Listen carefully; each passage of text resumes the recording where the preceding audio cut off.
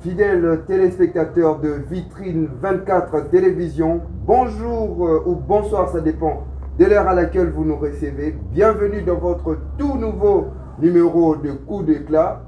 Ça faisait longtemps que l'on n'était pas ici avec vous, question de prendre un peu un coup de respiration pour vous revenir en bonne et due forme. Je ne suis pas seul sur ces plateaux, comme vous le savez, je suis accompagné de notre invité, Berger Charles. Je lui dis bonjour Berger. Bonjour Eric. Voilà, aujourd'hui nous allons parler en tout cas de la situation sécuritaire qui continue d'inquiéter les peuples congolais, qui continue en tout cas à faire objet de critiques, de palabres ici en République démocratique du Congo. À qui profite en tout cas la situation sécuritaire en République démocratique du Congo? Comment cette situation évolue-t-elle depuis 2023, Berger Charles, selon vous? La situation sécuritaire, bien sûr. Je crois que tout ce que l'Église peut dire au peuple de Dieu, aux enfants de Dieu que nous sommes, peuple de l'Alliance basé sur les lois célestes, c'est d'être positif, parler de la situation qui évolue, c'est vrai, sur le plan physique. On semble voir que les choses ne vont pas très bien, mais sur le plan spirituel et devant Dieu, les choses vont très bien. Ça semble être de la folie. Si le ciel a choisi ces pays, où le Seigneur notre Dieu avait choisi ces pays pour un objectif, pour une vocation, une élection, je crois que passer par un temps d'humiliation n'est pas une mauvaise chose, mais c'est question d'être dans le temps selon celui qui fait toutes choses bon à son temps, qui est notre Dieu. Voilà que tout celui qui reconnaît son autorité et tout celui qui reconnaît sa puissance ne peut que se remettre à lui, bien que l'homme est aussi acteur. Mais sous la conduite de Dieu, quand on regarde les événements, nous trouvons que les choses vont pour le mieux, puisque si Dieu sait trouver des hommes qu'il peut utiliser, qu'il peut pousser à l'action, et à travers diverses circonstances, nous n'avons qu'à voir les choses d'une manière positive, pas pour se plaire, mais c'est la réalité selon le divin créateur. Vous ne pensez pas que ça nuit un tout petit peu à la population parce que ça continue? Là, vous dites que, voilà, par rapport, sur le plan spirituel, ça va et tout, mais pourtant, pour quand même voir que les choses vont pour le mieux, il y a quand même un avenir qui se prépare, il y a une manière de faire. Oui, la manière de faire, je crois que les choses sont tout à fait simples. Je circoncis cela dans le cadre de l'Église. Je crois que l'Église prie et tout celui qui a confiance en l'autorité, qui reconnaît l'autorité du Seigneur, sait que la prière est une stratégie aussi de guerre. Et par la prière, l'Église peut diriger les événements, puisque les hommes ne sont que sous une certaine mouvance où il y a la mouvance du bien et la mouvance du mal. Mais à voir les choses, si aujourd'hui Dieu sait trouver des gens sur qui il peut pousser par des circonstances à agir selon qu'il veut pour que son plan se réalise en faveur de notre pays, en tant que pays qui a conclu les alliances avec Dieu, je crois et je suis certain que les choses vont pour le mieux et ça ira pour le mieux. Mais vous, étant que population, pas que nous mettons l'Église à part, je veux que vous parliez, vous étant que population. Cette situation vous affecte aussi. Je crois que dans la chair, physiquement, elle affecte, mais je crois que si l'esprit est disposé en nous, ce qui est de l'esprit dominera sur la chair, sur le physique. Et puisque ça domine sur le physique, je crois que la bonne exhortation, c'est prendre patience, puisqu'il y a un maître des temps et des circonstances, un maître des temps et des espaces, qui fait chaque chose selon les desseins de sa volonté. Et voilà comment, si nous nous remettons à Dieu, en tant que population, je me remets à Dieu, car je sais que Dieu ne ment pas, et l'espérance de Dieu ne trompera pas. En tout cas, l'espérance de Dieu ne trompera pas, fidèles téléspectateurs de Vitrine 24 Télévision. Je profite de ces petits moments pour vous inviter à vous abonner massivement sur nos différentes plateformes électroniques, de liker et de partager surtout nos vidéos pour aider aussi les autres à bien suivre et à vraiment être édifiés par la parole que nous partage le berger Charles et sur la situation actuelle du pays. Mais voilà, comme vous avez dit que vous, étant que personne, ça vous affecte aussi. Mais en quoi cette situation vous affecte physiquement? Il y a d'abord la notion qu'il faut reconnaître, c'est la question de l'impatience de l'homme. Puisque l'homme est lié autant en termes des années, mais en nous référant aux Écritures, la parole de Dieu nous dit un jour est comme 1000 ans devant Dieu, et un jour est comme une année devant le Seigneur, mais nous sommes limités dans le temps, à travers les chaleurs, à travers le froid, à travers les événements, et nous usons de beaucoup d'impatience. C'est ce qui fait que on ne sait pas mettre le temps au temps, et en suivant cette leçon, en entrant dans cette école de la patience. Et moi, en tant que population, je demande à mon Dieu cette patience, parce que nous savons que si Dieu a dit une chose, cette chose va se réaliser. Le pays a connu un point de départ, le pays a un point de chute, le pays a un appel, une vocation et une élection, et comme ce que Dieu a prévu doit se réaliser, Dieu ne se répand pas de ce qu'il a déjà donné, de ce qu'il a déjà fait, et puisque son plan évolue, il y a des signes d'appui que tout va bien et tout ira bien. Je vais donner un exemple à titre exemplatif. Je crois que s'il faut rentrer dans la petite histoire, Dieu, quand on était sans Dieu, sans espérance, Dieu avait déjà choisi ce pays bien longtemps. Nous l'avons dit autrefois, selon le livre de Genèse, en parlant du pays précurseur d'un nouvel autre ordre mondial. Et nous devons avoir un parcours. Et dans ce parcours, on doit passer par différentes étapes. Et dans ces étapes, nous devons passer par l'étape de l'humiliation. Et dans cette étape d'humiliation, savoir que nous devons passer par quelles étapes, la difficulté qu'il y a dans la population, c'est de ne pas voir la révélation selon qu'il est écrit qu'un peuple sans révélation, il est sans frein. Le frein, c'est la patience. Le frein, c'est de savoir lire les choses, lire les événements par rapport au plan de notre Dieu. Et quand nous voyons que Dieu est sur la voie de l'élévation dans son œuvre qu'il accomplit pour ce pays, et on ne peut que faire confiance à Dieu, revenir à lui et demander plus de patience, puisque cette patience de Dieu, en voyant ceux-là des générations passées qui servent d'exemple dans la voie de la foi, et on voit que leur patience a abouti à un résultat où ils ont vu la main de Dieu et Dieu les a élevés malgré les humiliations qu'ils ont connues. Et moi, en tant que population, je me remets dans ce plan de Dieu selon les circonstances qu'il a arrêtées et je lui demande la patience. C'est ça ma part. La situation affecte, oui, quand on est limité en termes de temps. Mais quand on se remet à Dieu, quand on se remet à Dieu, devant Dieu,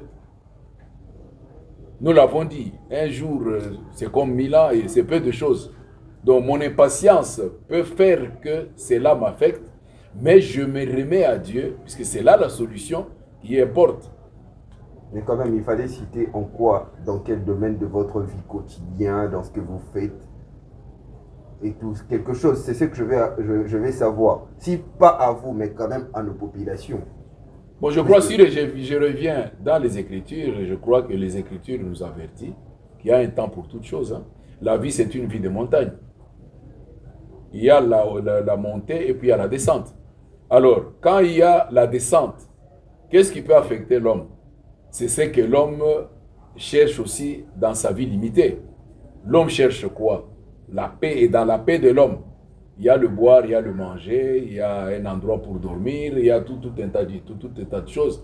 Et l'ennemi aussi qui sait que ce peuple ici est appelé à un bel avenir, qu'est-ce qu'il peut faire? Il peut venir troubler la paix. Donc ce qui m'affecte en tant que population, c'est que ma paix est affectée. En tout cas, j'espère que vous avez cette fois au moins répondu et j'espère que c'est à la satisfaction de nos fidèles téléspectateurs. En tout cas, likez, partagez, fidèles téléspectateurs, pour nous aider à mieux avancer et à venir vous offrir ici ce que vous voulez avoir comme leçon, matière et histoire politique, surtout en gardant la tête sur la parole de Dieu. Nous allons entrer un tout petit peu sur les alliances politiques qu'a fait de deux côtés plutôt.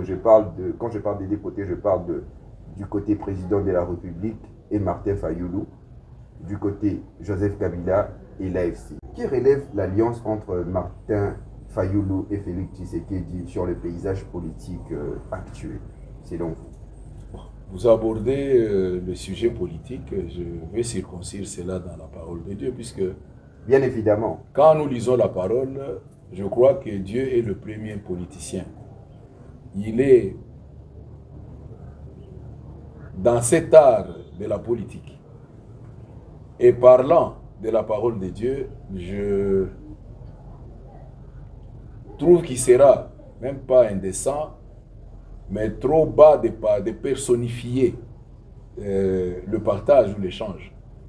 Mais on doit, en lisant les événements, vous avez parlé de l'alliance. Personnellement, il y a eu une rencontre, il y a eu des échanges. Moi, personnellement, je ne suis pas au courant d'une alliance quelconque pour parler du terme alliance. Et quand deux frères se voient ou deux personnes se voient pour échanger, il n'y a pas l'annonce d'une alliance écrite qui a été publiée ou communiquée. On sait déjà qu'il ne s'attendait quasiment plus. Oui, là, je crois que c'est l'impression qu'a une population sans, par exemple, bien réfléchir et prendre position sur ce qu'elle est. Nous avons fait allusion à un peuple sans révélation. À travers les époques, moi je crois que ce sont des scénarios qu'il ne faut même pas tenir compte. Quand les gens se disputent, et puis quand on rentre dans le Congo profond, et nous voyons notre société aimant trop de polémiques, c'est-à-dire pour nous, la politique veut dire conflit, la politique veut dire chahutage, la politique veut dire s'insulter. Mais en réalité, ce n'est pas cela. Vous avez dit tout à l'heure que voilà, il y avait de quoi qu'entre eux, mais quand nous rentrons dans les Écritures, Abraham et Lot étaient membres d'une même famille. Quand il y a eu leurs bergers qui se disputaient, ici on peut parler de la population qui se dispute, mais Abraham et Lot ont calmé les jeux de manière à faire quoi? À ce que chacun a pris sa direction, mais ils s'entendaient. Même à distance, ils communiquaient. Vous voulez dire que c'est une mise en scène? C'était une mise en scène? Je ne dis pas que la rencontre est une mise en scène. Non, pas la rencontre, je parle de leur... Quand vous parlez de l'alliance, quand vous parlez des disputes, je crois que quand nous rentrons aussi dans les Écritures pour répondre précisément à votre question, je crois qu'on nous dit dans la Bible que quand le peuple vit en désordre, les politiciens, les gens se disputent le pouvoir. Donc quand il y a dispute de pouvoir, nous devons bien placer les choses dans leur contexte. Et si on nous renseigne que dans la politique, tout ce que les gens cherchent, c'est conquérir le pouvoir et le conserver. Et quand les gens se disputent le pouvoir, la solution dans la population, ce n'est pas s'entretuer, ce n'est pas se rejeter, ce n'est pas chercher des conflits ou des polémiques inutiles. On comprend simplement que la population vit en désordre et les politiciens profitent de ces désordres pour se disputer le pouvoir. Et quand il y a échange entre frères, il n'y a pas d'alliance communiquée. Je crois que si les gens se mettent ensemble pour se mettre d'accord, revenir à la raison, essayer de nettoyer ou de laver les linges sales, je crois que quand les gens reviennent à la raison, c'est une démarche à féliciter. Mais parler des alliances, je n'en connais pas. Mais l'acte est louable. Vous ne pensez pas qu'ils veulent encore se discuter peut-être le pouvoir pour le partage du gâteau? Bon, vous savez, ici, on est en train de nous distraire sur cette histoire de partage du gâteau. Je crois que quand on dit que la justice élève une nation, Et quand le peuple, nous ne comprenons pas comment nous devons vivre cette justice, les idéalistes qu'on a connus comme politiciens nous ont parlé de l'unité du Congo. Les idéalistes que nous connaissons nous parlent de l'état de droit. Il suffit que chacun connaisse ses droits et ses obligations et qu'il sache respecter le droit de l'autre.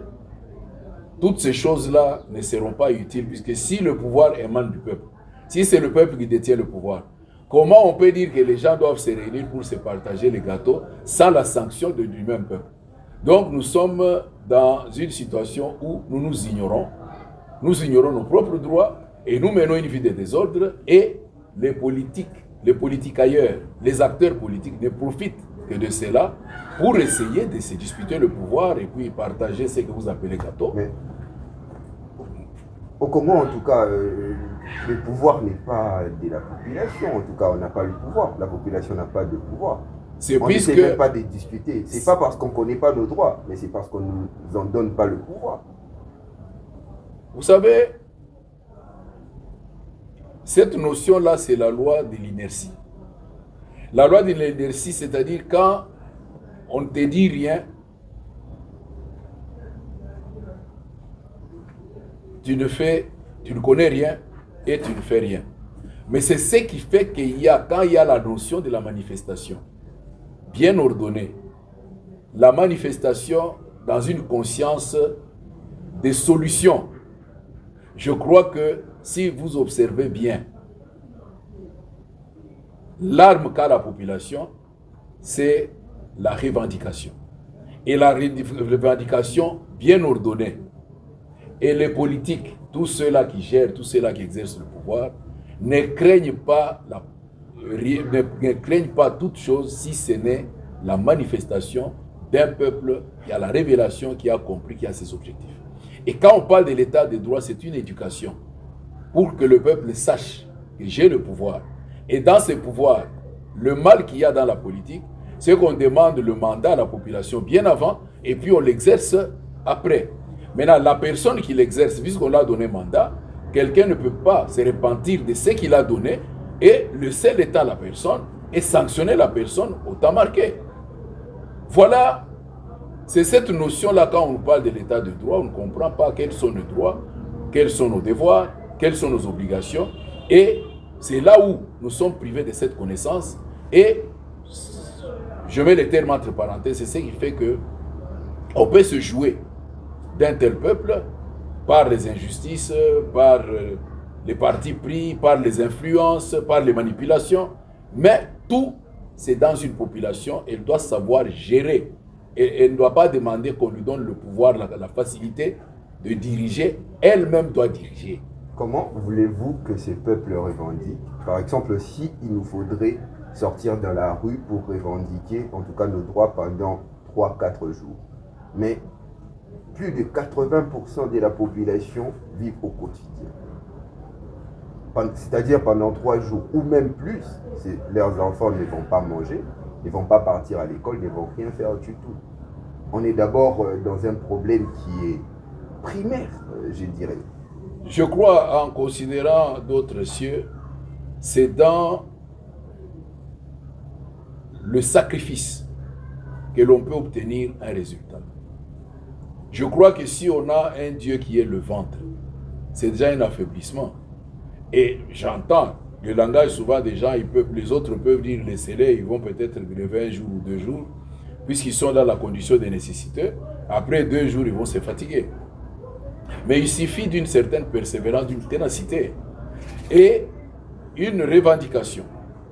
Selon le règle, je crois avertir l'autorité, donner son mémorandum, un cahier de charges, il y a ceci, il y a ceci, il y a cela, et l'autorité répond, et quand la personne rend ça public par une manifestation publique bien ordonnée, sans casse, je crois que avec persévérance, avec insistance, ça va parvenir à l'oreille de celui qui est appelé, à qui on a confié un mandat, et ça va résonner dans sa conscience, et le problème posé arrivera à une solution négociée ou une solution concertée. Vous avez suivi, en tout cas, les informations, ce qui se passe surtout entre Joseph Kabila et les M23 AFC. Vous pensez qu'il y a quelque chose entre eux ou quelle relève la nature de leur union? Les alliances qui se font, je crois qu'il faut regarder le fondement. Si, au centre de toutes choses, il y a d'abord le pays. Si au centre de toutes choses, il y a l'intérêt général, je crois qu'il n'y aura pas toutes ces disputes-là, tout ce que l'on voit, puisque les vérités cachées, c'est que les gens cherchent leur intérêt personnel. Et c'est ainsi qu'en cherchant l'intérêt personnel, les uns cherchent à nuire aux autres et vice-versa. Mais si tout cela se base sur le pays, l'amour du pays, est basé sur le partage, la justice et l'intérêt commun, je crois qu'on n'aura pas toutes ces scènes que nous sommes en train de vivre. Pourquoi cela suscite autant de controverses? Controverse puisque, bon, c'est parfois la population elle-même qui donne parfois beaucoup de valeurs et beaucoup d'impact à ce genre de choses. Mais si il suffit simplement de se découvrir, de reconnaître surtout l'autorité du Seigneur et quitter la conscience, quitter l'inconscience, quitter la conscience des disputes ou de haine, arriver à la conscience des solutions, les choses iront pour le mieux, puisque tout cela, quand vous regardez bien, tourne autour de la population qu'il faut soit manipuler, soit désinformer, soit mentir. Et si la population elle-même est avertie, en cherchant la bonne information, en ayant le bon sens, aujourd'hui quand on parle des intelligences artificielles ou de la manipulation, mais je crois qu'il y a des leçons de la nature qui sont tout à fait simples. Dieu a donné 2 oreilles à une personne et une bouche. Et quand il a donné 2 oreilles, c'est pour que l'homme écoute avec les 2 oreilles. Il écoute celui qui est à gauche, il écoute celui qui est à droite, et puis la bouche est unique. Avant de parler, avant de prendre position, cette personne-là réfléchit dans une bonne conscience. Et puisque nous manquons ces choses-là, nous manquons cette formation-là, la conscience est détruite et on a des difficultés parfois à ne pas résister aux manipulations, aux désinformations, à tout ce qui s'est dit autour de l'homme pour l'influencer à être de telle obédience ou de telle autre obédience. Mais la bonne obédience, c'est être de l'obédience de Christ. Être de l'obédience de notre Dieu, puisque la volonté de Dieu, c'est de bien faire pour nous, c'est l'intérêt de tous. Comme il dit que je fais pleuvoir ma pluie sur le bon et sur le méchant, voilà ce que nous devons avoir en pensée pour être loin de cet outil de la manipulation qui, par les émotions ou par les passions, par les injustices et les partis pris, les hommes prennent position en écoutant avec une seule oreille. Mais apparemment, de toutes les façons, que ce soit du côté du président ou de l'ex-président, ça profite à quelqu'un. En quoi cette instabilité sécuritaire profite?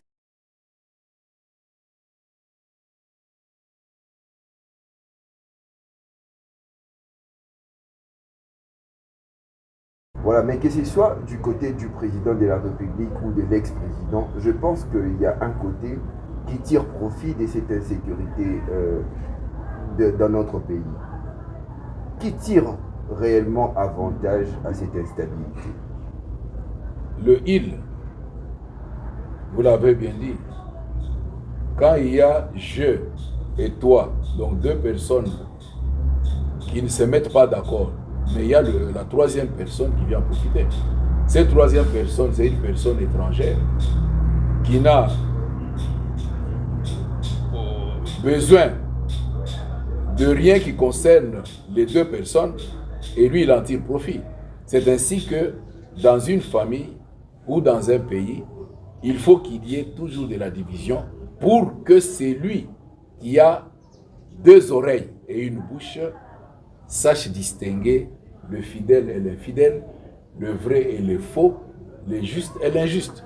Et si on n'a pas ces discernements-là, guidés par l'Esprit de Dieu, on tombera dans des pièges. Donc, en réalité, ça profite à la troisième personne. Donc vous voulez dire que les tensions extérieures politiques profitent aux forces de l'extérieur?